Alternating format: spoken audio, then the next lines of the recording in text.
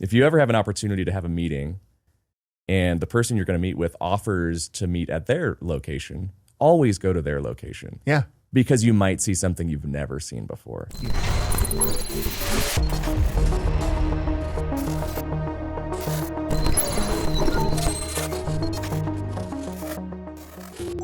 What yeah, I colors are you kind of doing? like the black. Black on black. It brings out the color in my personality. I see you got the black nails too. That's Yes, sweet, I do. dude. I do. Yeah, I don't know what to say. I just really like it. Like I did it once. My two daughters wanted me to go with them to the nail salon, so I said, "Let's do that." Sure. Dude, the nail salon's so cool. Yeah, I've only done it 1 or 2 times, but man, I should do it like every week. I don't know that I would look as good as you painted, Okay. but the actual like cuticle care. Is Okay, really so cool. so here's what's crazy. I don't love it. I don't love the salon experience. So I actually do my own What? nails now. I know. I don't know. It's You don't for like me the getting pampered, cuticle, dude. No. I what actually is true for me is that when I'm doing it on my own, I put my reading glasses on, and it's this very zen experience. It's like meditative. Yes, it is. And what I have learned when I talk to people about this is if they want to try it, I say, okay, give it a go, paint your nails. And you'll either, everywhere you go, you'll either be like showcasing your nails, right? Or you'll be hiding them under your arms, and that's your indicator, right? I Like love when you do subconsciously, this. like, oh, what? Oh, hi, right? Like, just subconsciously, like you will reveal whether this is for you or Right. not, right? So That's cool. And Yeah. tell me about this tattoo you got. Oh, yes, this old thing. So my dad's favorite song was Stand By Me. Okay, And he it's a played the great song. piano the best, right? Benny King, it's classic. And it's very meaningful. The lyrics are just fabulous. it's a great Really, song. really deep. And he always played the piano in our home. He had one volume, super loud. And so he'd play the piano, just bang away, and he'd play Stand By Me and Hey Jude. And he died exactly 10 years ago yesterday. Oh, And I'm so sorry, man. Oh, thank you. No, it's I've processed it and it's good, but this was just a memorial to that part of him. And I play the piano now too, and the way I play is sort of chord oriented. So this is the chord progression for Stand By Me. Oh, and very cool. It's very fun. I love it. Okay, that's awesome. Yeah. Well, how are you? How's life? Life is so fast. It's amazing. It's the Yeah? best. Well, you know what I love is that right now I'm constantly colliding with humans everywhere. Yeah. And I can't ask for more. Like it just brings so much value to me to meet new people, hear new stories. Are you Whoever they are. glad? Like when COVID was happening, how did that affect you? Because you seem didn't like it. You seem like a very like in person. Yeah. Kind of thrive off that, and I've actually realized that I'm that too. Yes. I didn't think I was. Yes. But after like just basically hiding my house for a year and a half, right? Yes. I'm like, I actually need like human interaction. Yes, that's right. For me, I really thrive on that. Yeah. And that was hard. That was easily the hardest part in terms of like social interactions and in the quarantine time frame of COVID. And I'm so glad that we're not doing that now, right?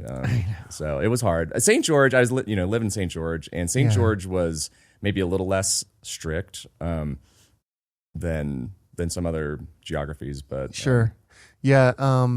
I don't think people realize what's happening in St. George. I talk about this a lot. mm-hmm. Like the tech community down there is rock solid. It's thriving. Yes. It is absolutely thriving. And now they have a Utah Tech University, Yes. which is incredible.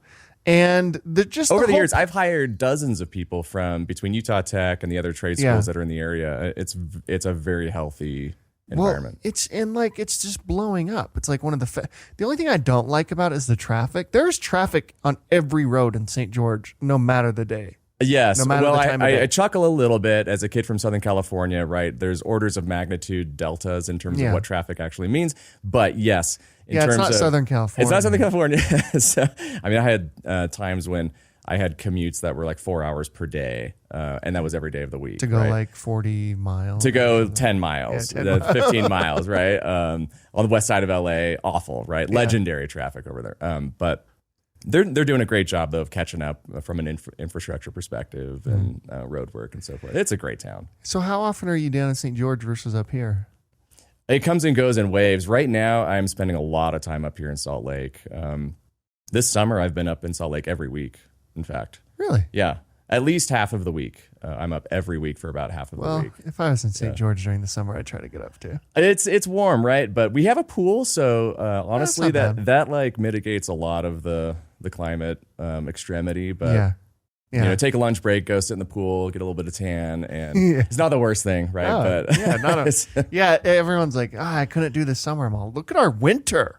Yeah, our winter sucks. Oh man, the number of times I almost died wintertime up this last winter. Yeah, trying to get up here. Woof.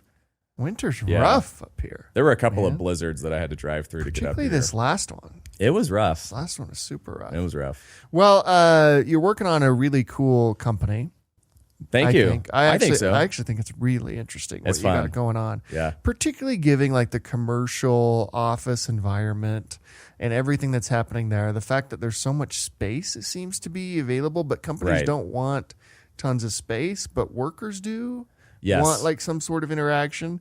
And so let's start there. Like, tell us about Stanza, what you're working on, and how you got that idea. Right. So Stanza is an office sharing marketplace. And we see sometimes people refer to it, and sometimes we refer to it as like an Airbnb for office space. And the whole idea is, to your point, to say, we don't have like the right answer. I don't think anybody has the right answer. I think every company, every team, every employee, every zip code, every day of the week, they're all going to have like their unique calculus for what makes sense post-COVID in terms of working from home and being in person. And it's going to be in a constant state of evolution and change. Yeah, it will exactly never right. stay static. And so we just want to add new options to the mix. And for some folks, leasing space for a few years is the right answer. Great, go for it. And for other folks, co-working maybe is the right answer. Great, love that too. Like I love co-working. I think that Kiln and spaces like that. I like working at a kiln too. I love the environment. I'm surprised by that. I didn't think I would like co-working, but and that kiln's the only one that I've ever worked out of, so I can't speak to the rest. But I really enjoy working. There's a certain energy to it. Yes, well, like people like you and me, it's really catered for us, right? Yeah. Where you love being surrounded by that kinetic energy of humans. There's some magic that we feel, right? Yeah. And like I said, everyone's different. Everyone's going to have their own unique formula, and there's a lot of in-betweens, right? There's a lot of space that exists that's out there, but it can be trapped behind existing tenant leases. And some tenants are in space and they're happy to be there, but because maybe their employees have gone remote or they've had to change their headcount size, they have a few extra rooms that they're not using. Yeah. We're just unlocking the ability for that existing inventory to become available. And the cool thing is that it's all around us. It's everywhere. Yeah. So like we can... theoretically, we can find an office for somebody, whatever they're looking for, within probably a few minutes of their own home. Well, we're talking say I was going to Chicago for 3 days or something. Yes. Like I could go on Stanza, right? And get I'm going to be there for 3 days. I don't want to work out of the hotel. So you're trying to have meetings. Couldn't maybe you do with that type partners. of a thing too? For sure. See, yes. I think that's really, really cool. I think that's interesting. Yeah. Yeah, there's a lot of demand, and we have two sides of our equation that we have to essentially demonstrate to succeed as a business. One side is, do people want to rent out office space, either daily or weekly or monthly, under those flex terms? And the other side of the equation is, do hosts or people who have the power to control how an office is disposed of, do they want to offer their space on those similar terms? The answer to the first question is a resounding yes. We know that there's a ton of demand. People already feel like they should be able to find office space either on demand and it's affordable, or month to month, basically indefinitely until they don't need it anymore. That is already like, we can take that to the bank. So now it's just a matter of solving the other side of the equation, like finding hosts, educating them on what the options can look like, and instrumenting their space so that it's plug and play and ready for either individuals to come in or clusters of teams. And there's so many cool use cases. Yeah. I know I'm going on and on about it, right? No, but well, I'm pumped. No, I imagine the mindset for a host, it needs to be changed a little bit, right?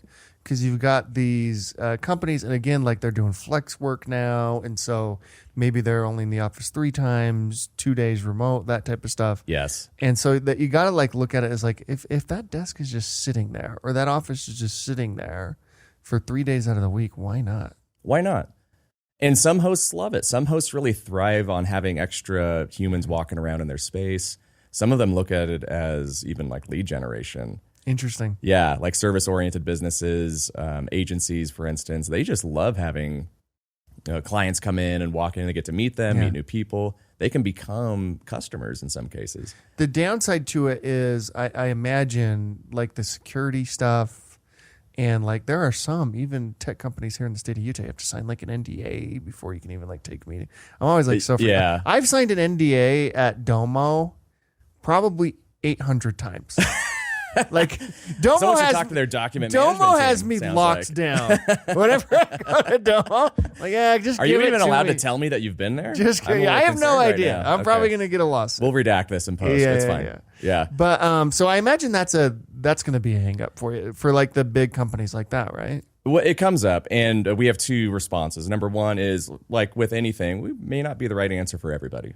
And if somebody is, for regulatory reasons or for whatever reasons, highly distressed about privacy of data that might be on their premises, yeah, maybe it's not the right answer, right? Don't use us. Great. Yeah. But generally, our path is we're already having integration conversations with access control providers, Right. and all the IT systems that essentially instrument those spaces to perform the way that they perform in ways where we can manage our own users sort of in conjunction with whatever systems are in place that either a building owner, landlord, property manager, or existing tenant. Well, that's the interesting thing. So what we were just talking about is an existing tenant. Mm-hmm. They have employees who, are maybe only coming in 3 times a week now, or however it works, right? Right. Everyone has an office space available right now. Right. There's no office that I've been to where it's just packed to the brim. Right. There's desks, there's offices, all of that type of stuff. And so that's an option for like tech companies who have extra space, want to rent it out, think it'd be interesting to rent it out. Maybe it increases their bottom line. I don't know. There's a lot of reasons why you might do that, right? Lead gen is a really interesting one, I think. Yeah. Particularly if you're like a marketing agency, a creative agency. Yes. I could see that as being like golden, right? Okay. And so then you've got the commercial real estate owners, the people who own these buildings, who are having a hard time even getting tenants. So we just talked about tenants, right? But the ones who are struggling to even get tenants, but they have it all built out and it's just sitting there until they can sign like these long leases. I imagine that's your prime target, right? I love this conversation with them. And we've been moving upstream more and more towards those conversations because for them, that's an existential question. Yeah. That's the nature of their core business. And in some cases, it's generations of family heritage and family legacy and wealth, right? That's at stake. And so what we tell these people is if you are searching for a long-term tenant, great, like continue to do that. We will, in the meantime, without you having to put any capital into it, you don't need to create like new lines of egress and frame up new walls and create separation, within your space. Give it to us as is, and we can populate it with clusters of teams that are just looking for space, and we'll cash flow that space for you. And then as soon as you do have a tenant that's ready to sign a contract, great, let us know. Give us enough notice, and we'll move them to one of our other spaces. And by the way, talking about lead gen, it's lead gen for the yes, owners. That's right. Like we think that some of those users might might grow into the space and fall in love with it, and maybe they would be the ones to sign the lease, right? Yeah. Is anyone doing it where they're buying buildings and they're just doing this model? Like, to me, that sounds really interesting. Yeah. Whereas, like, I know a lot of people are going to be coming in and out of San Francisco, in and out of New York, wherever it is, right? In and out of Salt Lake City. Let's get a building, right? And this is all this building does. And like, if you do it the right way, I just wonder, like, how people are, like, buying homes? Yes. Just so they can do just Airbnbs and they figured out, like, the model and stuff. I wonder if people will start, given, like, what you're doing here, using your platform, start buying buildings and be like, yeah, you can make way more money just by like renting them out like for shorter periods of time because the margins are higher. Yes, we see that. We see that on the horizon. I haven't heard any stories to date of someone like buying an entire building and using it in that way. They're using like a floor of the building and turning it into sort of a DIY co-working space or flex space for the existing tenants on other floors. That's a trend that we're seeing happening, especially in the metro areas. The thing that's fascinating right now in the mix is the banks. And this is the boring part.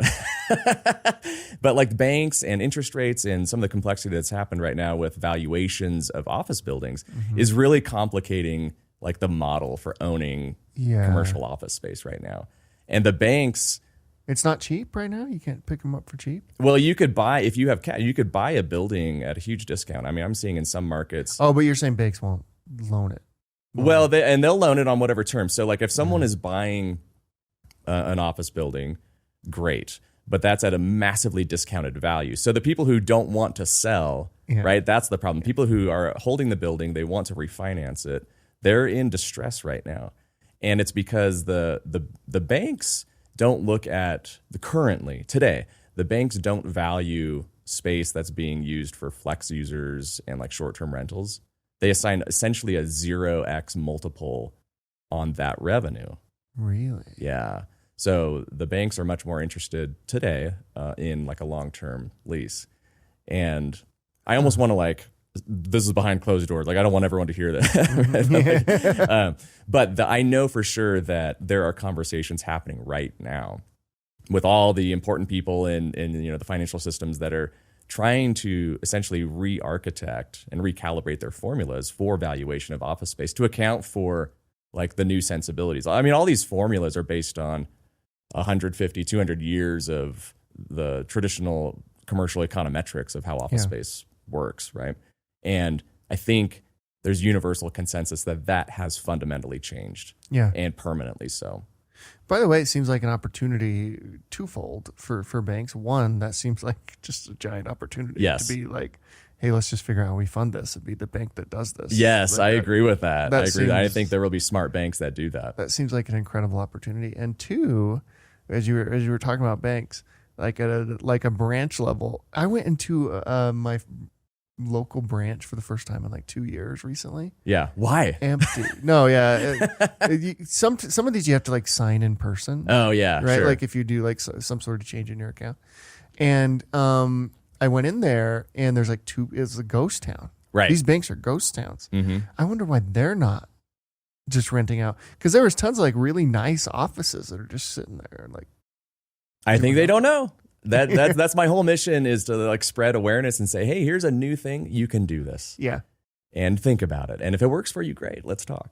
Well, that's the challenge you're running into. So how do you do that? Like, how did Airbnb do it? I assume you're studying like what Brian Chesky and the team did. For sure. It's massively different ecosystems. Yeah, right. For sure. And so we don't want to make the mistake of assuming that certain formulas that have worked at different times and in different ecosystems will be our answer, right? Mm-hmm. But we definitely study the timeline. I mean, it famously took them 1,000 days and multiple launches before they actually successfully got liftoff, as Brian calls it.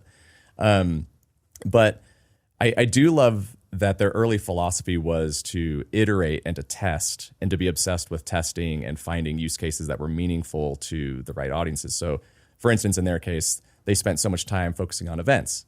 Yeah. Right. Their initial motion was, let's find events and let's go essentially recruit a bunch of hosts for those weeks around a major tech event like Microsoft Ignite or VMworld or something like that.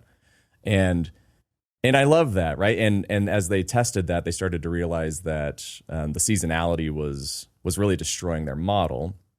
And so just continue. I remember I've heard that one of their first pitches to a very famous VC firm that I won't name was met with criticism and skepticism by the GP, basically saying, who wants to sleep on somebody else's couch? Yeah. Right. And so the hypotheses that they were trying to prove out evolved towards more of like a sustainable model. Yeah. And that's the world we live in, is that we have instrumented, like the initial version of our software was instrumented for sort of like the most the smallest denominator use case, right? So hourly rental of one private room in suburbia, right? Some suburban sprawl. And so we built that use case out. And then moving upstream is actually less complicated. It's not that complicated to say, okay, well, now let's make it weekly or let's make it monthly. Interesting. And And by building out the most difficult use case first, it's way easier for us to build out sort of the more upstream use cases. If that makes sense. Yeah. So the real question that was tying into the human psychology, the behavioral psychology that we've talked about already around people are working from home, and the vast majority of the surveys indicate that people are pretty happy working from home. A lot of people really like it. Mm-hmm. Well, I've had this experience. I had this experience long before COVID. For me, it was in the mid 2000s. I was working from home and working for a big tech company in Southern California. And to me, the liberty and the autonomy of it was very appealing. I loved it. Yeah. It was 4 years working from home, and I wrote a rock opera. No way. Yeah, I picked up bonsai, and like my hobbies flourished. Dude. And it was the best thing. I was like, oh, this It is. sounds like you were living your best life. I was living my best life, right? And a few years later, I jumped into a software startup, and this was in St. George. This was at the time it was called Printer Logic. Now it's called Vasion. Yep. And we were in an office, and we were getting in the office at 7:00 in the morning to handle calls with Europe, and staying till 9:00 at night handling calls with New Zealand and everything in between. And going from the work from home environment, which I felt like I was thriving in, and being thrust back into an office environment where we were all ambitious and creative and we were social creatures, I instantly felt this thing happen within my soul where I knew for me personally that I thrive being essentially with other people in an office, like sharing that space, filling that room with our own shapes and colors and thoughts and feelings and ambitions. And so when COVID was coming to an end, that's what I sought out. I wanted to find something, but all the commercial real estate agents who I love, very friendly with that ecosystem, but they were telling me that the likelihood of finding an office in St. George was close to zero. Like vacancy rates were 0.7% in St. George. So, I mean, it's a very unique market dynamic, Yeah, right? it's That's incredible. not something that is true in most other places.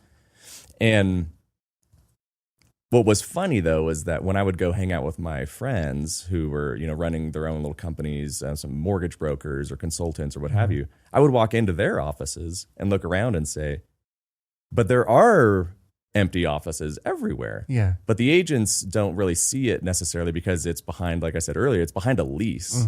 And so to them, that space is occupied, but it wasn't actually physically occupied with humans. And that's when I started thinking, well, there's got to be an easier way for people like me looking for like a single office that I just want month to month. Yeah. Those offices are there. Like they seem to be all around me. And there's got to be an easier way to connect with that. Yeah. By the So way, it's like Tinder. We got to like swipe on yeah. tenants that have empty space. Yeah, that actually is interesting. Maybe that's how you should build the platform, dude. That'd be kind of cool. I want to. I think we'll incorporate something along those lines. Yeah, I think that'd be smart. For a couple of days, I actually switched my LinkedIn headline to say Stanza, the Tinder of office space. That's cool. But I did get a little bit of feedback from folks saying that might not be, what you're trying to portray. That's fine. Well, quick tangent. Yeah. Have you been to Vasion's new office? Yes. Unbelievable. It's Techridge is unbelievable. unbelievable. Down there in St. George. Yeah. Anyone listening that hasn't been to Techridge in St. George, you're in for a treat. I mean, not only is the building itself a phenomenal, 60,000 square foot Class A space with a full size gym and stage. I mean, just really well instrumented for anything that you might want to do. It's a fun space. It's colorful and beautiful, contemporary. But also, it's sitting on top of the cliff, like overlooking the entire It's the most St. beautiful George. view. You have a straight shot into Zion. You've Yeah. got the mountains on the north and It's everything. crazy. It's really special. By the way, a monster company for those who don't know. Yeah. Vasion is a monster company. And yes, we've been, I'm not there anymore. I left about 2 years ago. And when we got started, I joined maybe a year after things had really started to move and the team was growing out. We were just so busy, just heads down, doing the work. And we would get calls and leads from companies all over the planet. And so we were just so busy fielding calls from people in Europe or in Australia or New Zealand or all throughout the United States that we just were heads down. And so sometimes I think up here in Salt Lake, there's not a lot of awareness of what Vasion has been doing. Oh, because but it is a monster. It's a monster company. It's so well run, and there's so much potential still for huge growth in front of them. I love it. I love those guys. Oh, for sure. Now, my question is, like, imagine like you are doing like a Tinder or an Airbnb. I imagine like one of the hurdles for Airbnb that you're going to have, maybe even more so, would be the vetting of the people who are actually buying the space, right? I think Airbnb goes, actually, I have the craziest story about Airbnb. Ooh, yeah. So I took my family to San Diego like a year and a half ago, and we rented an Airbnb, right? And we were there for like a week. Yes. And supposedly, like, one of my kids broke the one of the, like, the thing that pulls the trash can out, you know, like one of those like little things. Okay. It costs yes. like $10, right? I had no idea. Like, I don't even know if we actually broke it or not, but you know, it got broke. Yes. Right? And we spent like an insane amount of money on this place for a week, like an insane amount of money. Right? Were they a super host? They were super host, okay. all that type of stuff, right? And so we're there for like a week. It's really fun. We had like the best time ever. San Diego's beautiful, all that type of stuff, right? San Diego's great to visit. It's probably not great to live in, but yeah. I do like the subtle flex. We spent a ton on this vacation. Like, we're going baller time. No. Wait a second. It's not a flex at all. So we do this, right? Because we're like, all right, you know, this is way fun. We found this incredible place. We love San Diego. Let's go see Padres games, that type of stuff. Go to SeaWorld, that type of stuff. And we leave, everything's fine, that type of stuff. And I get like a notification, and I don't check Airbnb every day. Who does? No. The right. app, right? Right. And I don't, you know, I'm never checking it unless I need to do something. So I have to, we're looking at like a different place, maybe like a month and a half later, right? For somewhere else. I've been banned from Airbnb. No, I'm not kidding. I got banned from Airbnb because of that thing that was broken, that little like trash thing. Yes. I guess they like tried to charge that they needed like my approval to like, hey, it costs $50 to, you know, pay for this thing or something. Yes. And which like, you would have said sure. Of course I would have said, yes. Yeah, what do I care, right? Like that's why I said like it's a lot. It's so immaterial to the total immaterial to like the total spend. I'm right. like, what are you? Yeah, of course. Right. Like, okay. Great. $50, sure. This thing's like broken, sure. But I didn't get on the app because why the F would I No. get on the app? It's not a social media thing where you're checking the feed every day, Right. right? And like they're like, oh, you had 2 weeks to do it, and like now I'm literally, as we sit here today, banned from Airbnb. Wait, when did this happen? Like a little over a year ago. A little over a year. That's astonishing. Isn't that crazy? Yes, I think that's crazy. We've had. That's what I'm saying. It's crazy when I say like the amount of money. It's like I was actually like, man, like you can just like kick people off your platform because we'd maybe do like 2 or 3 Airbnb things a year prior to this. That seems aggressive. I'm like, wow. Yeah. For $50. Yeah, I mean, we should probably call Brian. See what's up with that. I take it as a badge of honor. It's kind of cool to be. It's yes, getting kicked out. Like I always talk about how a year ago I got kicked out of a conference in New York. It was a real estate conference, and they didn't like the way I showed up. And it is a bad. As soon as they were carrying me out, and it was like a scene from a movie, right? They literally grabbed my elbows and like dragging me through like this back hallway, kicking me out. By the way, there's workarounds, FYI. Yeah. I'm banned, but I've certainly used Airbnb since. Oh, okay. Just not under my name. So, like, again, they're like doing something that. Yeah. Which I probably just admitted to a crime or something. I know. I've admitted to some crazy things. There's going to be a lot of posts on this. That's crazy, for our sakes. Yeah. Okay, so that's what I wonder. Like for vetting, though. Yeah. For Stanza, how do you vet both sides? Like, hey, this is a legit office that's actually can be rented, and this is a legit person who could rent it. Yes. Right now, the work that we're doing is essentially not in the scalable zone, right, of work that we do. And so we tell hosts, you are free to vet to whatever extent you want, and we leave that up to the hosts. So any request that comes in, the first thing that we do is we do a very simple check of like looking at a request and just applying some basic human intelligence to it to say, okay, does this look like a legit request? Yes or no? And if it looks legit, then we send it to the host, and it's just incumbent upon the host to either do a background check or whatever they feel is warranted in their case to accept the request. Frankly, what I see pretty often is that individuals want to go look at the space. So usually there is a moment where a host and a user that's requesting the space, they will typically meet in person, which does a lot to resolve any concerns around like who are these people and what do we think. On the host side, right now, I personally go visit all the spaces before we publish them, because I just want to make sure I understand like what's the experience going to be like, what's the access like, is there a desk in the lobby that's staffed by somebody? Does it seem safe? Does it seem like what is listed is actually true to what physically exists? Yeah. Like, is the photo current? So that's a lot of the work that I do right now. And I know that with other marketplace platforms, vetting of hosts, in fact, but vetting of the supply side is quite an intensive system that's in place. And it's really important to maintain like a good experience for both sides of the ecosystem. Yeah, how are you going to scale that though? You can't scale you going to every... I'm going to talk to really smart people that have done it and have them tell me how to do it. Well, I'm sure you've heard of Persona, the kind of like vetting. I'm sure Persona would be an interesting integration for you guys. On the user side, it's interesting. On the user side, this isn't a consumer play. These are people who are renting space for presumably professional reasons, right? And so they have a LinkedIn profile typically, and they have a company email address that they're using. And there's some level of automatic behavioral control that starts to introduce itself, where we believe that a lot of the behavior, like marketplaces where human behavior comes into part of the experience of it, there's a lot of self-regulation. Yeah. Right.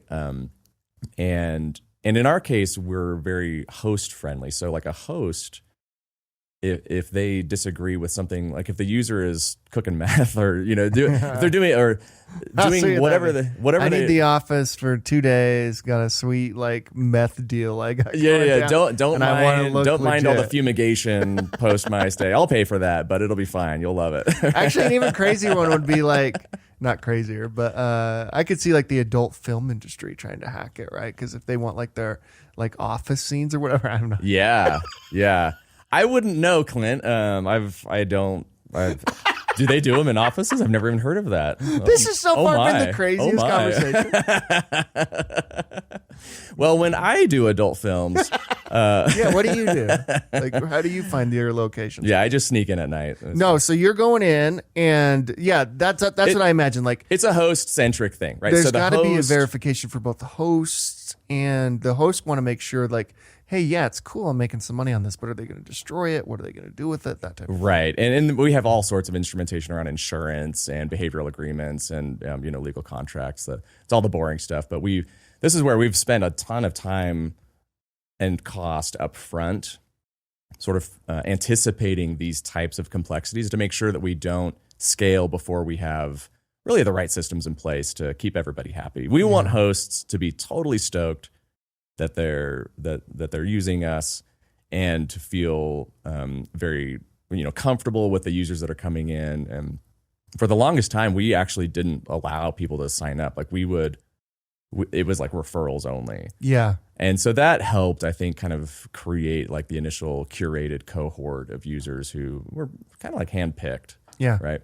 I think it's something to monitor. It would be not tolerable in my mind for there to be misbehavior that creates bad. Well, it's also something you'll figure out. Like people have figured this out. This isn't like rocket science or like, you're not trying to get to Mars. Like you will figure out this piece of it. But I think that's an interesting, like as you're scaling, as you're thinking about, I can't visit all of these at some point. Have you taken any money? Nope. You're just bootstrapping this thing. Bootstrapping. What was the decision there to not take money? Well, in my mind, we've had conversations with some investors just to kind of like feel like the market temperature and. Sometimes I ask that question. It's like, well, I asked, and they said no. Yeah, I'm like, money's just right there. Just go get it. I wanted to really have some critical questions answered before we take external money. And for me and my co-founder, we're in a fortunate position where we've been able to bootstrap. And so to me, it makes a lot more sense to bootstrap until we've answered some critical questions around like expansion and unit economics. And we are, that's an active conversation because time to market is critical. The clock started ticking once, I would say, like summer 2021 or summer 2022 rolled around. The clock really started ticking. Like before COVID, people worked in offices. And there was this outlier 5% use case of people that worked from home. That was extreme market conditions of really like was like office. the extreme things. Work from home. Weird. Yeah, work from home, like weird. And then during COVID, obviously, like the pendulum went all the way to literally everybody working from home, unless it was not possible. And then post-COVID, this is the whole dilemma that everyone's like struggling with this. And we're in the middle of a weird tug of war because people still have legacy leases that they signed pre-COVID. And this cost is huge. Like this is the second most expensive thing for most companies. They have their payroll and then they have their office expenses. So this is not immaterial. Like this is a lot of companies grappling with this. And then of course during COVID, so many of their employees shifted to being like scattered. There's like this diaspora of employees that have gone all over the place. And I know companies, side note, I know companies that have issued return to office mandates where their employees are literally not capable of complying because they moved. And they don't live anywhere near an office anymore for that company. And so they're being judged by compliance with a metric that's not possible for them to comply with. So it's messy right now. And so that's all part of this like really intense, constantly changing dynamic calculus of what's the right answer for like work environments post-COVID. Not to mention AI and everything that's happening right now, right? The AI weird pickle. That's a weird wrench to throw into the mix of all this. It is, and I think like are we going to have jobs to go to an office for? Well, so I present a certain way, and I think that I know a lot of friends, like in my circles, who love working from home. And I think it's actually really noble that we've empowered people to be able to work from home when it makes sense. But I also believe, and this might be a hot take in some circles. Dude, we've already talked about adult film. Like I know this is maybe a medium. This is like a lukewarm take, honestly. This isn't going to be that hot. This is like after the way we've been going. Very, very lukewarm take. Anyone who's ambitious, anyone who wants to disrupt, anyone who wants to be creative, anyone who wants to be inspiring or lead teams, there's 10 more words I could say right now. Anyone who wants to do those things, they really have to put themselves on the path to be with humans. Like there's something magical happening there. Now, for those who love working from home and maybe their job is such that productivity of just working from home is like really aligned for them, that's fine. However, I really do think that within the next couple of years, we'll see that slice of the demographic competing the most heavily with AI. And either AI or offshoring. So if you are working from home every day of the year, you have to look at a manager and say, okay, that manager could just be managing somebody for a fraction of the cost in another country. And so that kind of awareness, I think it's really, really important for people to think through, what do things look like in the next couple of years? I love working from home, but is that going to create like a big problem for my career growth? Well, even like something like this, what we're doing right now, like I do this in person and I do it, via Zoom or whatever. In person's a million times better. A million times. It's crazy. It's like not even close. To me, having new thoughts, seeing new things, seeing light reflect and new shapes and hearing new words every day, if possible, is really critical. And I heard somebody say that 90% of the thoughts that most people have every day are the same recycled thoughts because of their routine. And I can't live that way. Like I've got to be out. I've got to be out meeting people and seeing things I haven't seen before. And one of my earliest mentors, when I was a teenager, I had a mentor who said, "Hey, Matt, if you ever have an opportunity to have a meeting and the person you're going to meet with offers to meet at their location, always go to their location." Yeah. Because you might see something you've never seen before. Yeah. And I love that. That really stuck with me. And I think it, like that one statement, like really was like a formative adult moment for me where that has shaped a lot of the way I view engaging with the world. By the way, an interesting like little niche market for you would be podcast studios. If there's one thing. Yes, it's come up. Yeah. If there's one thing that just sits there for, hours, like 23 hours a day, right? Yeah. It's podcast studios, and they could be humming. It's like, hey, yeah, we use it from 3 to 4, but otherwise it just sits there. Like, yeah. And at that point, you could do like hourly, right? Hey, just use the studio for 2 hours. I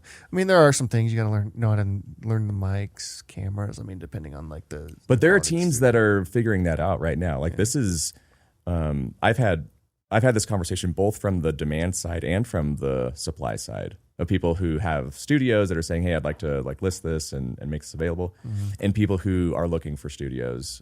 Because they do a podcast maybe once a month.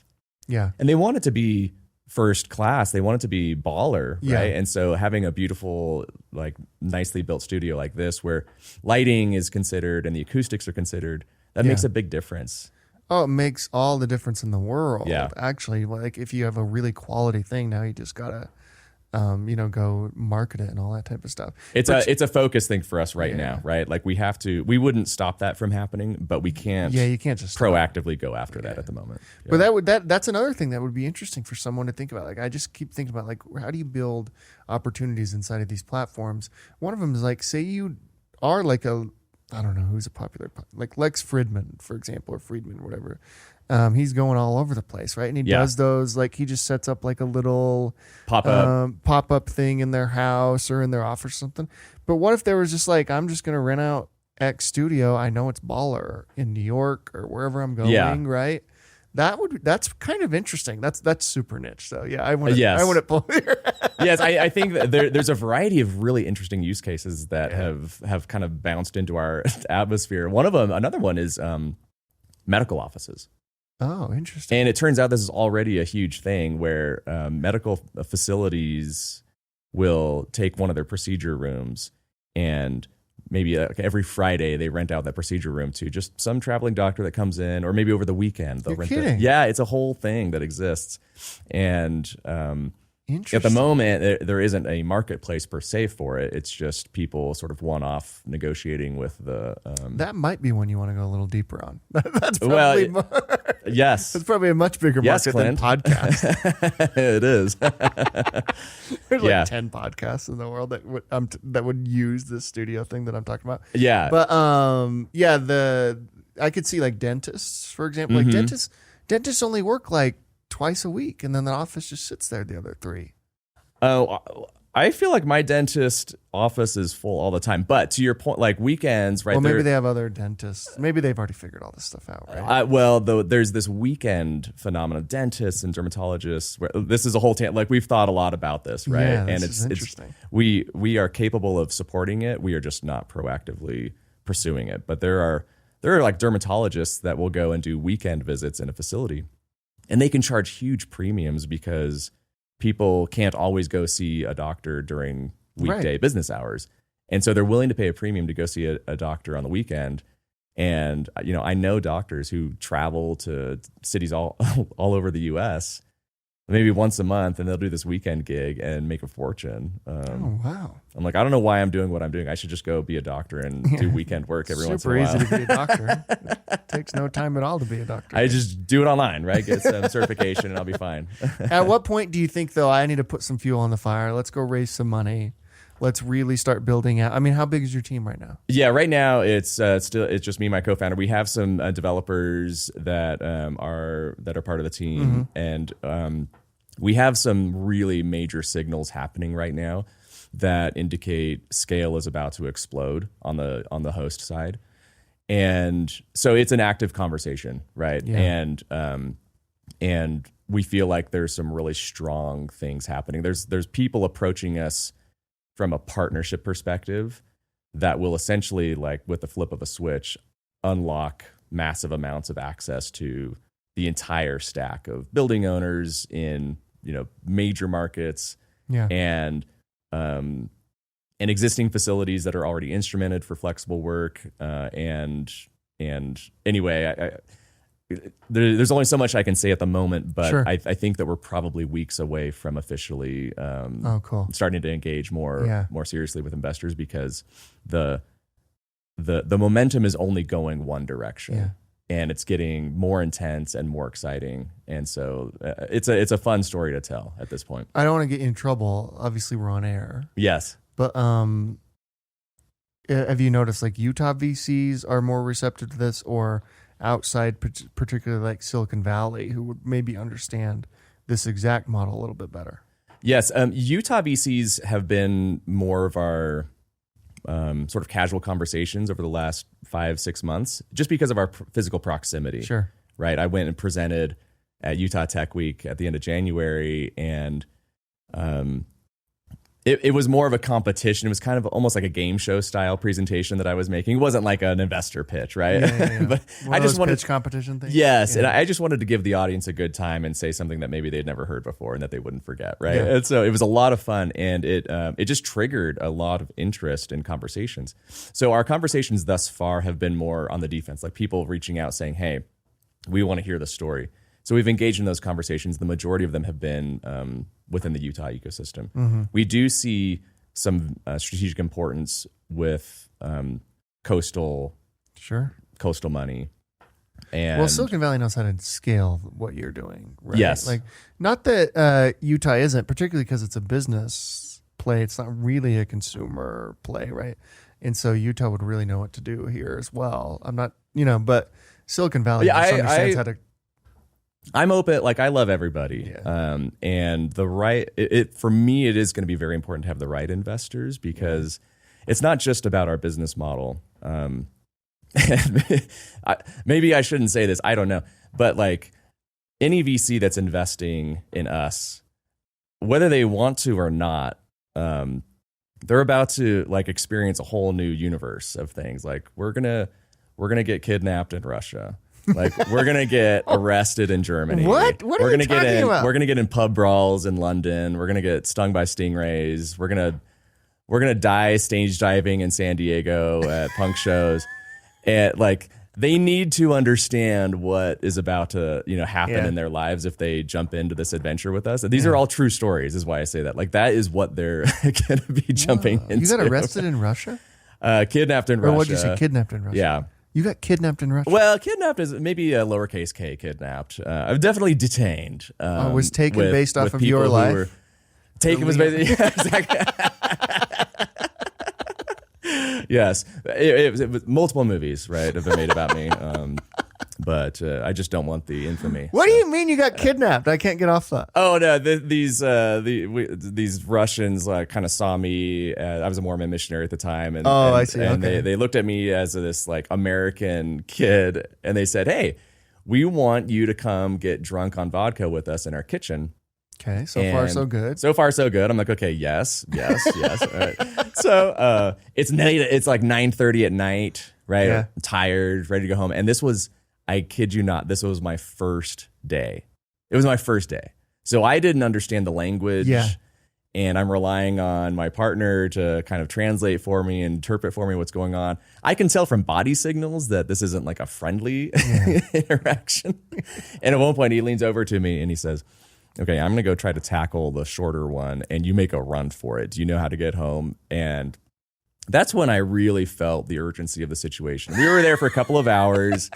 And I wish there were some really cool like rescue or escape story, but literally they just got bored with us at probably 11 o'clock at night and then just let us walk out. Maybe they just got like too drunk.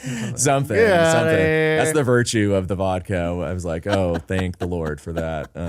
Sweet vodka. That's hilarious. Oh, wow. Yeah.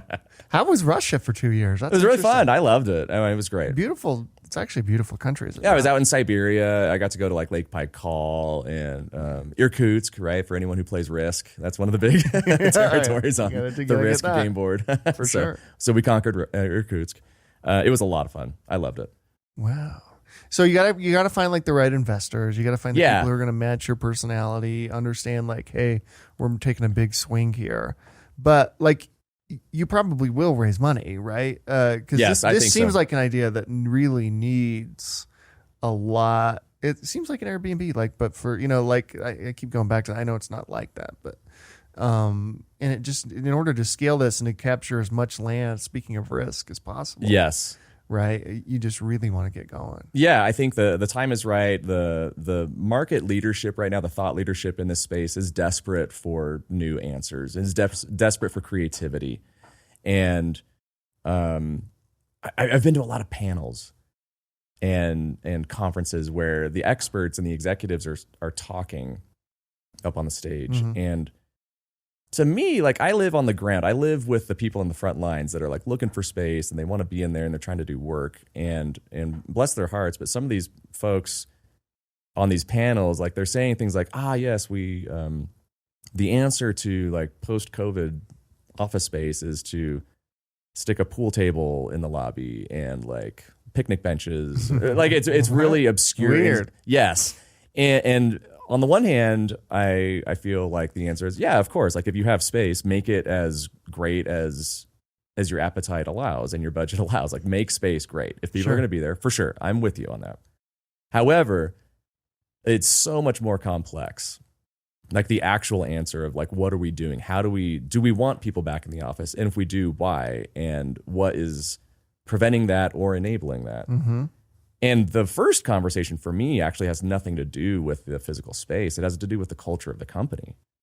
Like, there are people working from home who have finally found refuge from, maybe there's people at work who are jerks. Yeah. Like, maybe you're a bunch of bad people and they finally feel safe from all that, right? For sure. So first and foremost, would people want to be with you? Yeah. Would they want to share space with you? Like, is it productive? Is it fun? Is it interesting? Is it creative? Is it all the things that are special about humans being together? Or is it dramatic? Are people using politics and are they backbiting? And if those things are true, then people will never want to come back, no matter how colorful you make the walls or how many ping pong tables There's you put a in there. pool table. By the way, hardly anyone plays pool. Like, I know, billiards, I feel like it's gone out of style. It's gone out of style. I had this weird, for like 3 months, I would log into social media. And I don't know why. I don't know what I said into my phone or what it heard me do or whatever, but somehow my algorithm started saying, you know what Matt Riley really wants to see in his feed is trick shots, billiards trick shots. So cool. for 3 months, every morning, like, I get on social media and it was showing me reels of like people making the cue ball like fly 2 feet in the air and then hit one ball and bounce around and like suddenly 10 balls go in their pockets. It was like, somehow the algorithm just knew, and I'll be darned, I watched every one of them. So of course you did. Joke's on me. Yeah, they were right. I would watch those too, for sure. Yeah. What is it about entrepreneurship that attracts you to doing what you're doing and building and trying this? I mean, this is kind of an abnormal thing that we do here, right? Which is like, I'm going to try to build this thing, and it could be enormous or it could be nothing at all. Like, right. What attracts you to that? I think it's actually a story of evolution for me. I think growing up, I thought I wanted to be really wealthy. Yeah. Right. And so my dad would read with me like the Forbes 400 issue every year when that would come out. And he would say, okay, well, the way to become a billionaire is to have some crazy idea and go do it. Right? Mm-hmm. And I love that. Right. And I think that was a fun exercise. But also at the same time, it had, I would say, the downside of maybe mischaracterizing entrepreneurship, because it was this tiny, tiny data set of people that were doing things. And frankly, just a lot of luck in the mix combined with other factors that turn them into billionaires. Mm-hmm. And so for a long time, I was very, very fascinated with the idea of like having an idea and making it onto the cover of a magazine. That's right? cool. Yeah. And that was a waste of my time for decades. Yeah. And so I think what really changed was that, I started to realize that what drove me was essentially the same thing that drives like an astronaut that's on a spacewalk. Yeah. Basically a straw tying them to a space station, right? And they might die or they might reach into the void and discover the secrets of the galaxy. Yeah. Right. And that extreme binary, I feel like, is the thing that I live with every day. And some people love like following a recipe and mastering it and fine tuning it and baking the best chocolate chip cookies that anyone's ever conceived of. Yeah. And then some people are kind of like throwing ingredients around and like a mad scientist, like living in more of an experimental zone, right? Like molecular gastronomy or whatever, right? Weird like shit. Crumble. Yes. Like Which is $1 billion company now. Yes. And I learned over time, especially being sort of adjacent to the founders' experience in prior companies, witnessing and kind of seeing like the building process where you could go in a million directions and you have like a fresh whiteboard in front of you to craft out like where things go from here. That experience versus the more like, operating a system with excellence experience, the clean whiteboard calls to me. And this particular idea, I just fell in love so deeply with the magic of space, with the magic of people being together. Like I believe it deep in my soul. Like this isn't just me memorizing a script that like a marketing ghostwriter wrote. Like I literally feel like there's been material soul value from being with people and being in person and how that's adjacent to office space in the post-COVID world. And so I think falling in love with that problem so deeply has just made it so I can't sleep at night until I feel like I'm making progress of helping other people around me like resolve this on both sides of the equation. I don't know if that's a reasonable answer, but no, it totally is. Well, I genuinely think you're onto something. I think the idea is incredible. I think the platform you've built, really with a small team, small budget, is incredible already. How do people check it out? If anybody watching wants to put their office on there, where do they go? Yeah, so stanza.space is our website, and that's sort of like the threshold of entering our ecosystem. And also, just as a plug, like I'm on LinkedIn very actively, and it's probably one of the best ways to contact me. And so I get a lot of responses from people. You check the messages? I check my messages for sure, and I have to filter out. There's a lot of like solicitations for outsourced dev work and so forth that I have to weed through. But to me, it's worth it because the 5% that come through that are like in earnest people looking to connect, either because they're trying to solve like a really painful problem on either side of the equation, either the user side, the demand side, or the supply side. To me, it's worth it to do that work to like kind of filter through all that and find the people looking for creative solutions. So, so yeah, following me on LinkedIn is a great way to connect and kind of get access to our ecosystem. And I'm not, which sounds like a total shameless plug. Oh, click and link and like and subscribe or whatever. Right? But that's the world we live in. But it really is like one of the best ways to get access and interact with us, or go to the site. So. Okay, sweet. Thanks for coming on, man. Thanks, Glenn. That was a ball. Yeah, that was fun. Good time. Appreciate it.